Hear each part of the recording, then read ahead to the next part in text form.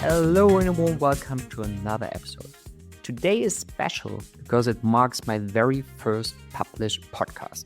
Almost 2 years ago, I declared that sales playbooks are dead. Since then, the era of growth at all costs has disappeared for good, and it has become clearer than ever that alignment among all stakeholders is essential for driving efficient growth. This includes marketing, sales, customer success, product, and even finance. Before we dive in, I want to mention that my go-to-market bestseller book, Funky Flywheels, will be published in English on February 25th. You can find an exclusive link for early supporters in my show notes. But now, let's explore the reasons why sales playbooks are falling short. Let's start with a view on the end-to-end customer journey. Because frankly, a customer does not care whether you are working in marketing, sales, product, or somewhere else. All he or she cares about is a great customer experience and added value with every step they are taking on that journey. So why is it so extremely important for B2B SaaS to care about the end-to-end customer journey? Because 70 to 80% of the entire customer lifetime value comes after the initial sales.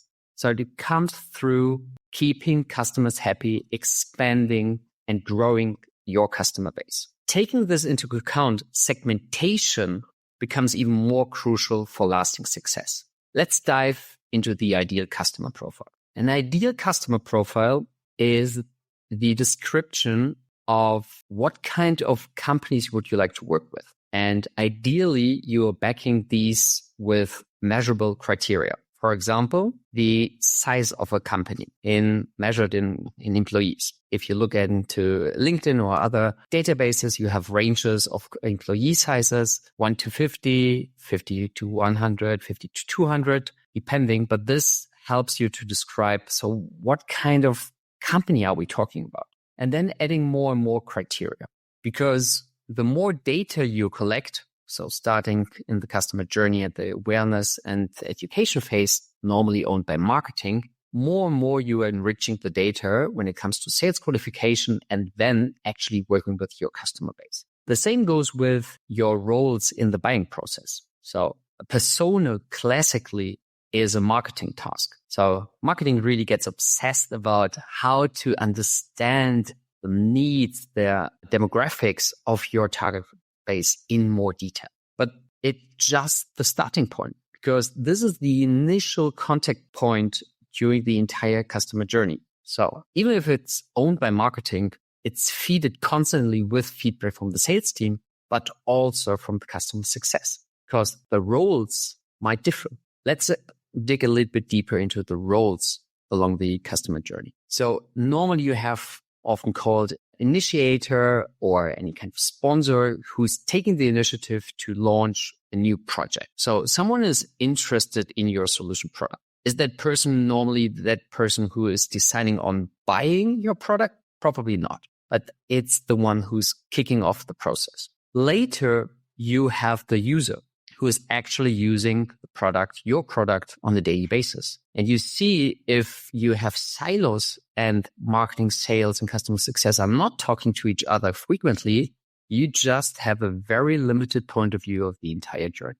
That's why segmentation and understanding your ideal customer profile and the dedicated roles along the entire customer journey is super, super important. All right. So let's talk about demand and lead gen. And there again, we're talking about the alignment between marketing and sales. Classically, marketing is creating leads, but it's not that simple anymore because so you have kind of classic inbound marketing activities owned by marketing. So we're talking about performance ads. We're talking about social. We're talking about content, SEO. There are a lot of different channels. But the reality is that there is a mix between inbound activities and outbound activities. So sales classically is pushing also in approaching people in the outbound motion. So whether it's kind of classic by phone, sending emails, combining sequences, using social selling, at the very end, you have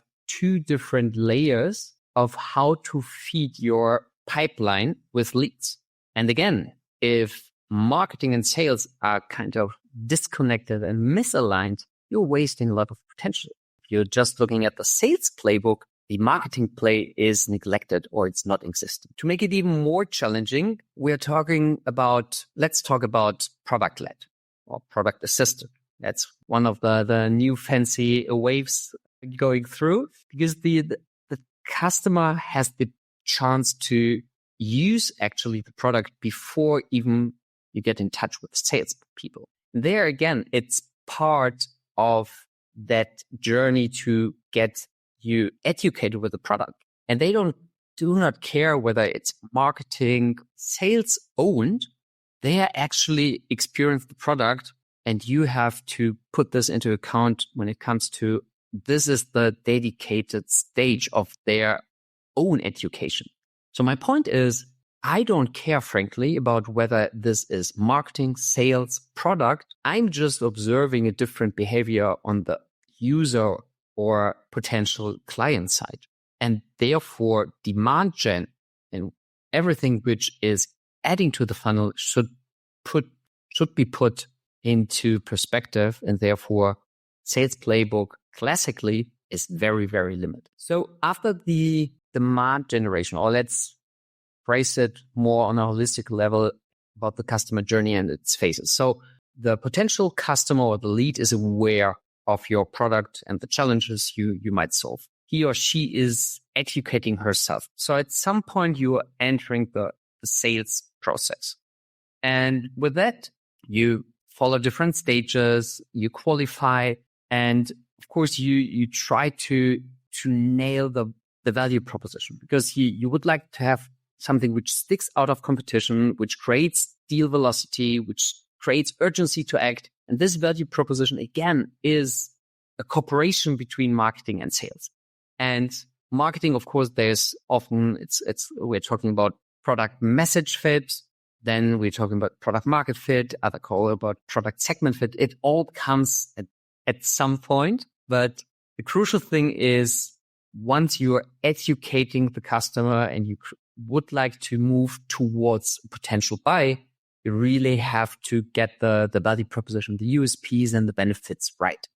And this, again, is a cooperation between marketing and sales. But it continues because it also, you get so much valuable insights from your customer success and expansion team. Because before the initial buy, it's all theory.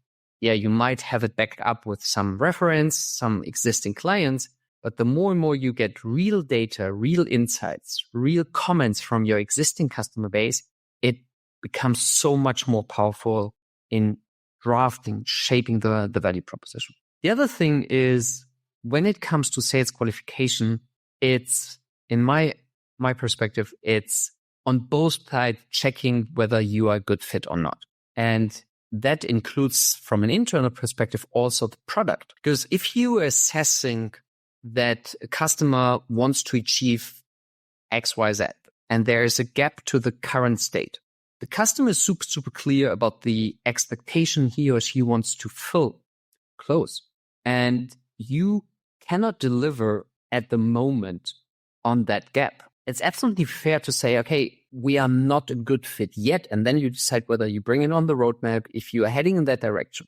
So this is, again, it's about clarity on both sides. Are you a good fit? And therefore, it's not just marketing and sales, potentially with some alignment in customer success. It's also a very, very close alignment to product. So taking this to the next level, the sales process, in my point of view, is a constant improvement of all the input of the different stakeholders, with, of course, the goal to achieve new revenue from new customers. And this doesn't change, but the perspective how to get all the other stakeholders involved in drafting this playbook is probably, hopefully it's clear, or it's becoming clear, that the classic approach of a sales playbook is super, super limited. Again, because a lot of impact and insights are kind of not neglected or not collected in a structural way. But we started this episode questioning whether sales playbook is enough.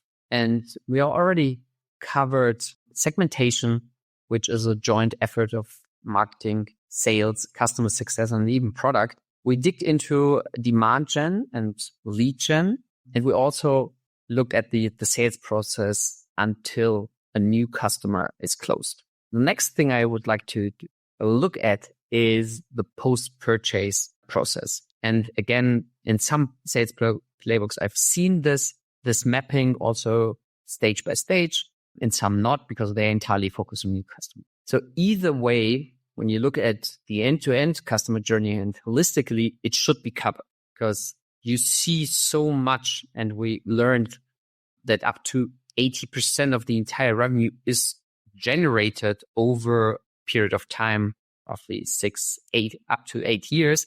So it's earned post-purchase. So in my point of view, and the new level of a revenue playbook has to tackle this, and in a structured way to think, okay, how do we structure the onboarding process?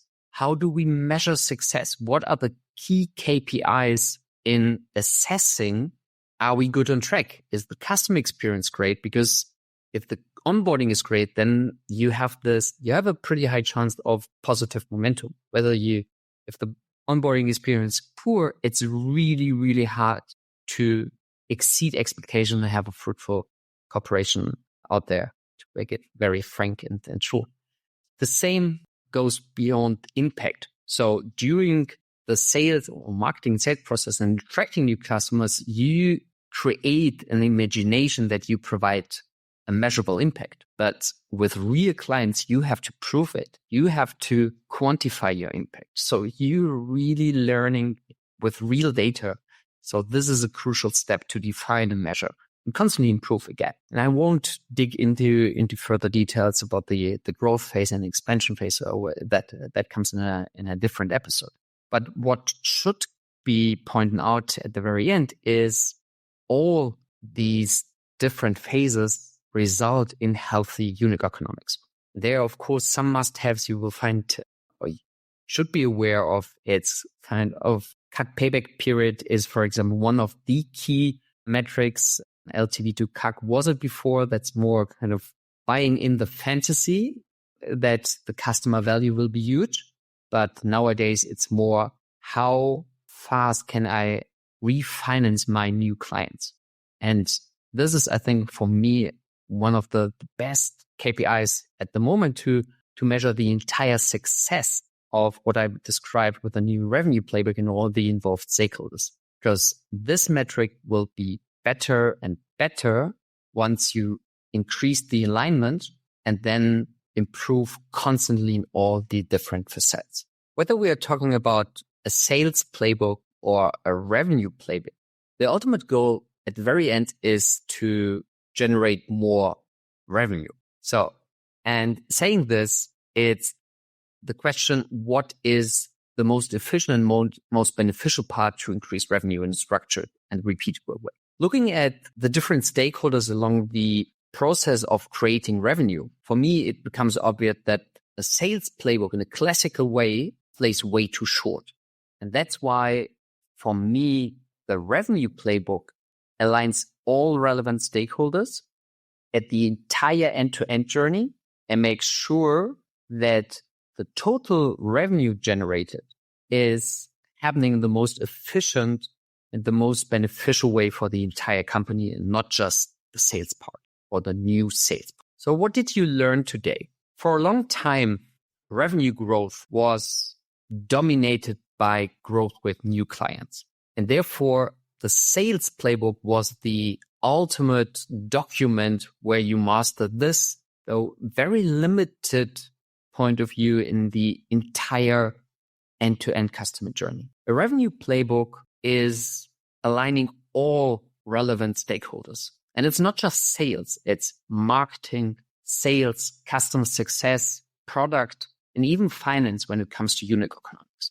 You learned that in a classic sales playbook, a lot of important aspects are not covered or not covered in detail, which is desperately needed in today's environment. So you learned that to fully master revenue growth, whether it comes from new clients or existing clients, you should better look holistically at an end-to-end process. And with that, a revenue playbook helps you a lot. Well, with that, a revenue playbook is a very beneficial tool, which I'm happy to explore in more detail with you.